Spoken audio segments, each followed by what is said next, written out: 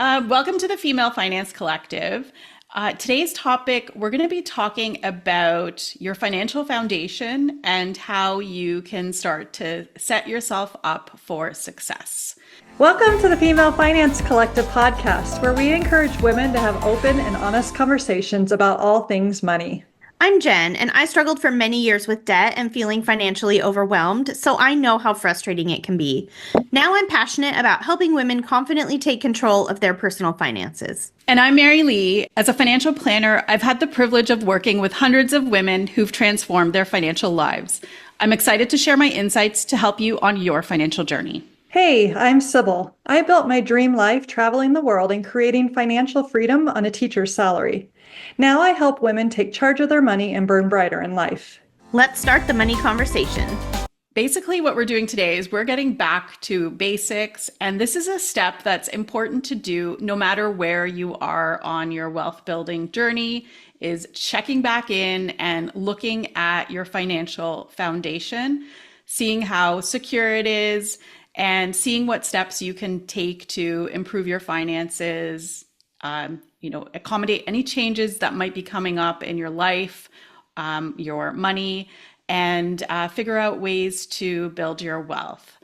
Who would like to start with some key steps on how to check your financial foundation? Well, I think one of the first things you should do is look at your budget, right? Most of us have some sort of a budget set up. If we don't have one set up at all, then this is your sign, right? To set up and create some sort of a budget.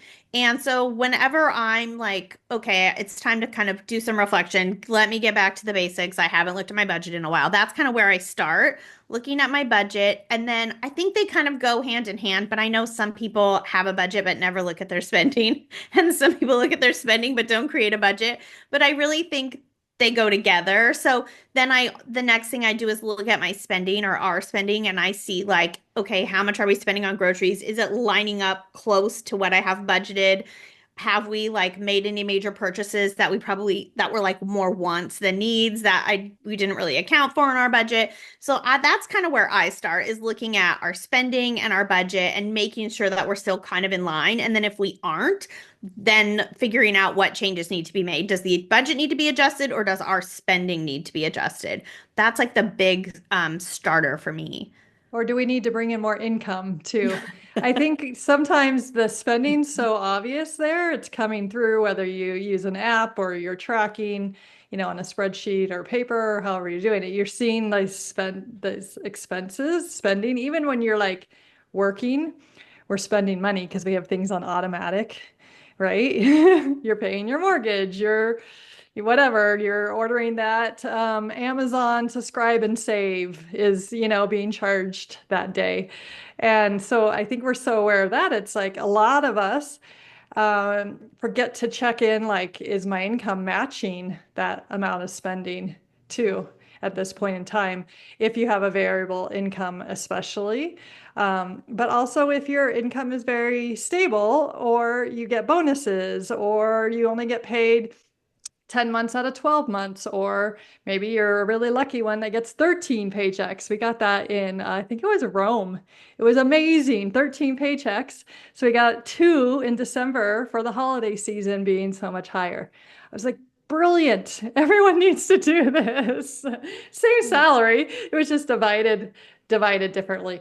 But I totally agree. And whether I use an app, Monarch Money, and it notifies me. So yesterday, my daughter in college just asked if she could buy some clothes online, and I said yes. And then I got an email from the app saying, you spent more on clothing this month than your budget allows.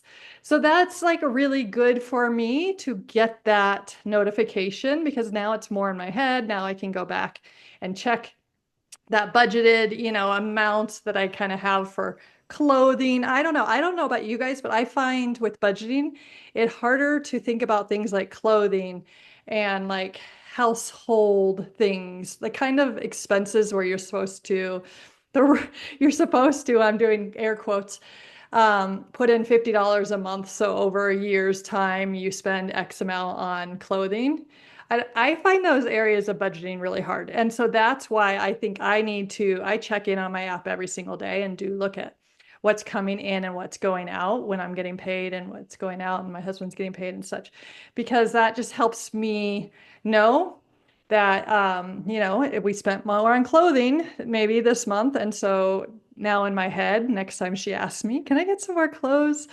It might be pushing it off a little bit more. Let's try to do with what you have already because we've kind of spent our allotted amount this month. Because if we're going to pay ourselves first, hopefully, putting into our savings and putting into our investments for our future selves, you can't let spending outpace your income every single month because then you don't pay yourself first. You have nothing to pay yourself with. And that's the whole idea behind paying yourself first is as soon as you get paid, put some into savings or put some into investments. That way you can't spend it unless you're going to go into credit card debt, which you don't want to do. And we'll be talking about that in the future because credit cards have a very high interest rate. Sorry, I'm kind of rambling, going off task here, but that's Well, just what I was thinking.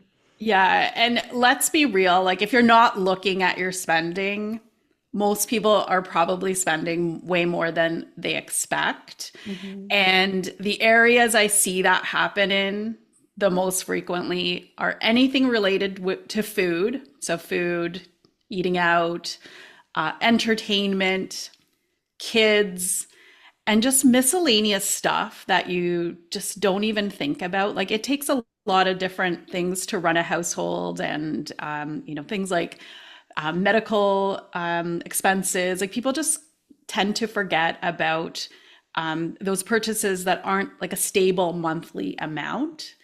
It's just really hard to remember. So it's good to have a look at your spending, like even once a year. Just have a look at a couple of months of your expenses.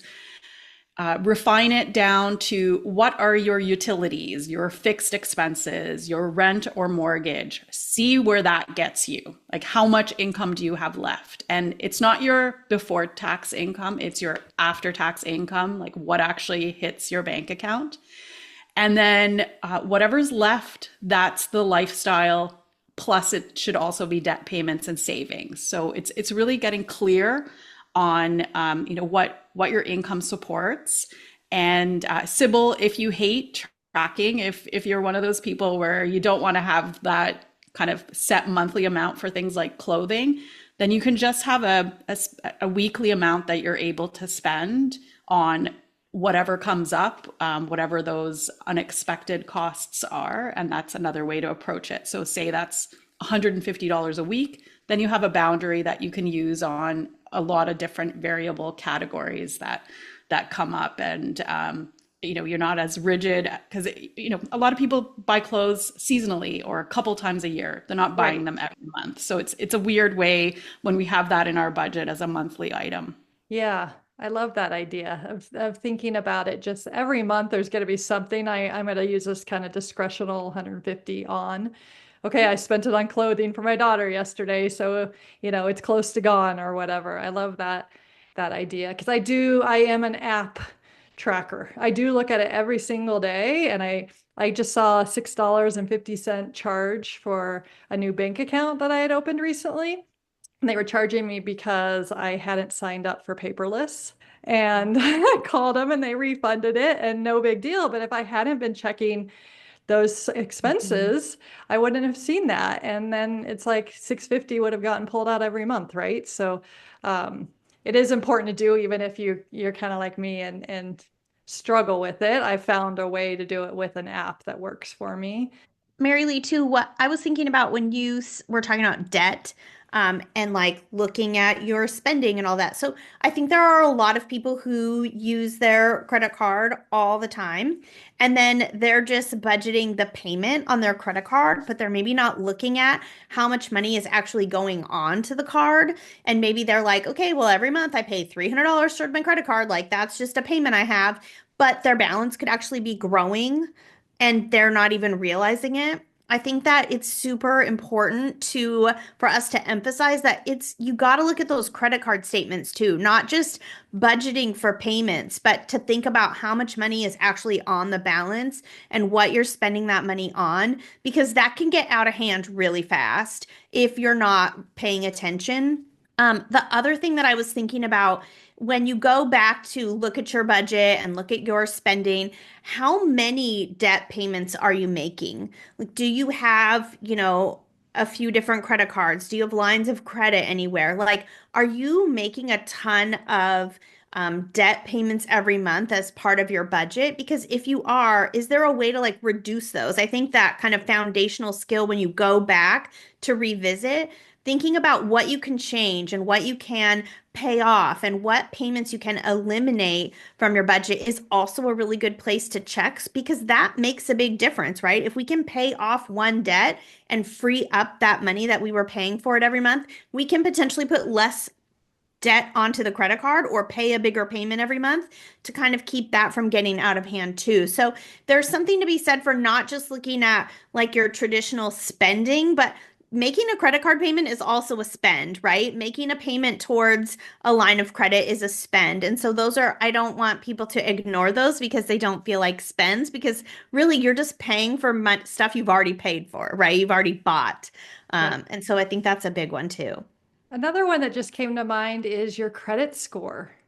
All of this impacts your credit score. Having a higher debt to income ratio lowers your credit score, right? And so just saying, I just pay $300 a month automatically, you might want to reevaluate that system because not only might your money be growing, but your credit score might be going down because you have too much debt to income ratio. And then if you want to go buy a house or even rent an apartment or rent a house, your credit score is looked at, right? And so those decisions end up impacting you in another way.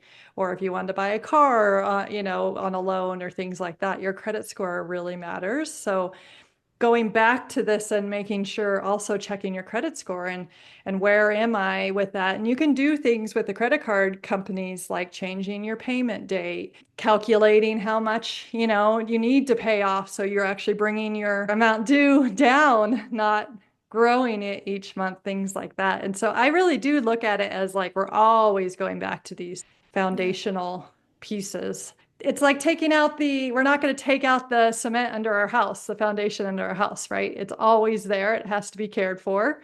And then we can build on top of that, right? And that's what we talk about, our levels of foundation builder, plan builder, and wealth builder. Well, and even if you're a wealth builder, that task of checking your credit score is still really important because you want to identify mistakes or issues that impact your credit. Even if you're not looking to borrow anything, it's still important to make sure that it's correct and that you're looking at that from, kind of at least once a year, and just seeing that, everything looks accurate. It's an important task to take care of.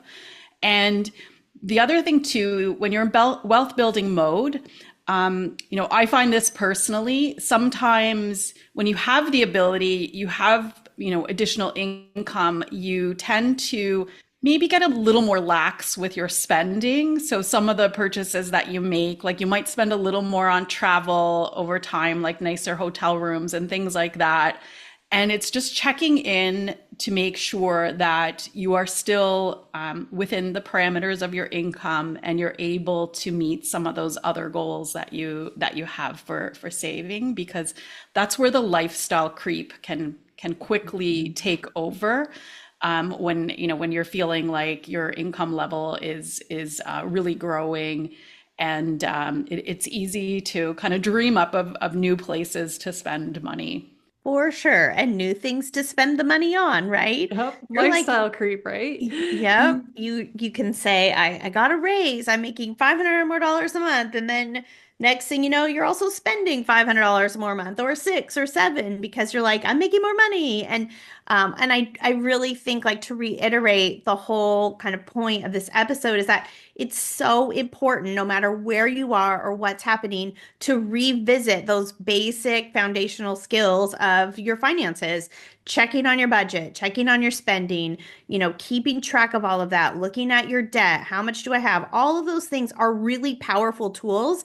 And I think, in the Female Finance Collective community, the people who there are a lot of women who have no idea how much money they owe, how much money they're spending, because it gives them a lot of anxiety to think about it. Mhm. But having that knowledge and knowing how much you're spending and knowing how much you're bringing in and knowing how much you owe is a really powerful tool that allows you to make decisions, to have those conversations with yourself about what changes you need to make, or really reevaluating, where can I cut back, where can I move my spending around to impact my finances in a more positive way. So there's nothing negative that can come of this if you spin it a little bit in your mind. I'm not giving myself anxiety because I'm knowing, right? I'm limiting that anxiety because I'm giving myself knowledge and the power to make decisions to impact yourself positively when it comes to your finances. And that's a perfect segue into our call of action for this week.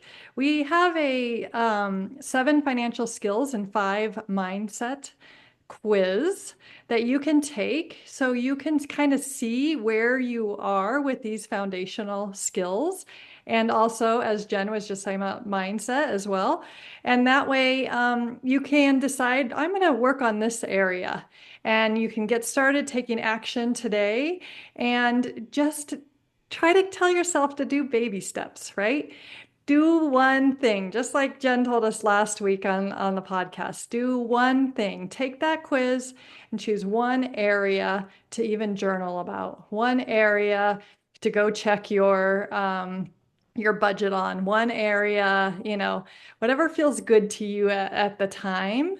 But start taking action and baby steps, and it will start to feel good and it gets easier. And then you can start to take different actions and move yourself forward. So let us know how that goes. Comment, interact with us on social media. We're on Instagram, we're on LinkedIn, we're on YouTube, we're on all of the podcast listening stations. We'd love to hear from you, and be sure to like and subscribe, and we'll see you next week.